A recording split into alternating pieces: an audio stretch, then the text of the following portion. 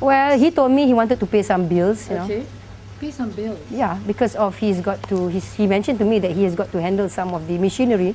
Oh, because of the election, yeah. Rooms to book, food to pay, fares to pay. I mean, that's what he does. It's okay. But that's what he told me. You know? All right. And that's what he told MACC, yeah.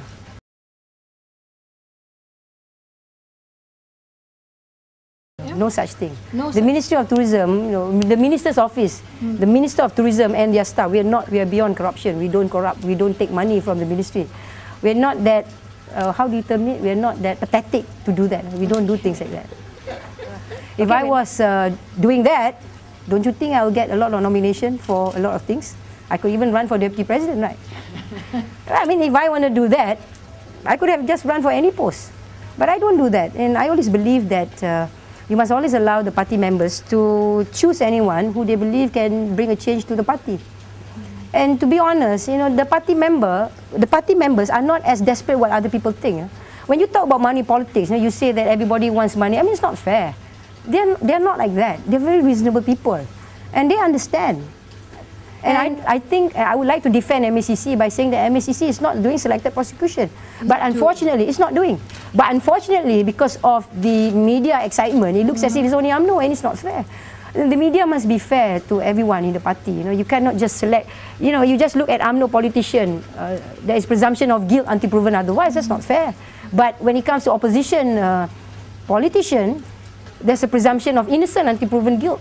Why is there a double standard between UMNO and non-UMNO? And I think that's really, really unfair. And I'm not going to blame MACC for this. I'm raising this by asking the media, why do you, well, I suppose they can sell paper better if it's someone they know, someone who's already there rather than someone who's unknown, right? Right? I hope the media, in the process of making money, must have a certain kind of quality reporting, and I think that's very important. And for me, again, I would repeat, I think MACC, let them do their job. There's nothing to hide. There's nothing wrong with MACC. If you don't do it, so why are we bothered?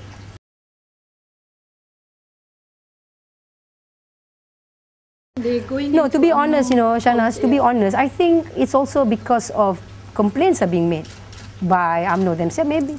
Or maybe they're just doing their responsibility. I mean, that's not an issue. I don't think so MACC is an issue. I think, but what we're facing right now is, I hope, you know, that the party members, you know, must understand all this publicity is, at the end of the day, is giving UMNO a total bad look. I mean, let's be frank. Whether A or B or C kena, it's still UMNO. And it's very sad. And I must put on record, UMNO is not corrupt. UMNO is not that corrupt. UMNO has been doing a lot of development work since 1946, since the formation of UMNO. UMNO has done so much greatness to the Malays and the people of Malaysia. But there is a presumption that UMNO is corrupt, UMNO is dirty, and I think it's really, really unfair.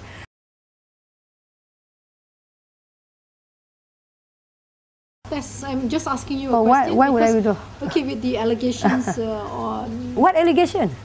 Just because SPRM comes to the office doesn't mean it's anything.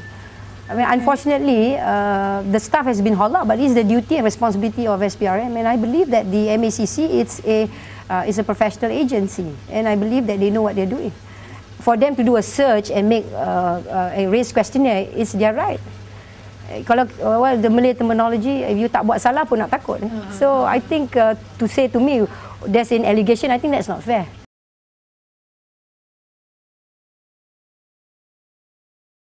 I think UMNO is losing focus, and I believe that the whole idea of having a political party is to get support, and UMNO must do everything that it can to get support. You know the terminology that we politicians use, UMNO, parti belakang kerajaan, party behind the government, and this must be established lah, to give confidence to supporters. I think what's happening right now, it looks as if UMNO is losing control on a lot of issues. I mean, if you look at any issue, for example, issue on language, issue on religion, I see there's a kind of a trend. It's not like in the 50s or the 60s, whereby whatever government says, whatever UMNO says, it's always the same voice, and it's not like, you know, because it's government, there is always this good faith and bona fide expectation, and it's an uphill battle now for the party that to convince the public that it is bona fide and it is acting in good faith. I think a lot of our decisions are always being criticized and being questioned. And I believe that, UMNO must change itself. I think one of the issues that I think that is extremely sensitive is the issue on environment. No one's talking about it. And I'm very much concerned because this is where the younger generation is going to inherit. And when you talk about the environment, it is an issue of the younger generation. I mean, we don't fight for that. We talk about it, but we don't really fight. And I don't believe that we are really sincere when we talk about the environment. And it annoys me, especially when it comes for tourism. And you want to sell Malaysia truly Asia. You want to say, the time is now, the place is here. And people come to Malaysia because they want to experience that, but they're not experiencing it. And I think it's not right. And we're selling Malaysia from the tourism perspective. We have got to do that. And one of the concerns that I have is, of course, the environment. And I believe that what is wrong if UMNO fights about the environment? And I think UMNO should talk about the environment, should fight about the environment. UMNO cannot just talk about politics, cannot just talk about power and economy. You must have a balance, because today the voters, especially the younger voters, are having a different kind of expectation to any political party. And take for example, Barisan Nasional with 3, 4, 5, 6, 7 parties talk about change, not acceptable. But when the opposition party talks about change, it's acceptable. Yeah. And I think the voters are now looking into quality leadership. They're evaluating you, what you're doing, and how you're doing things.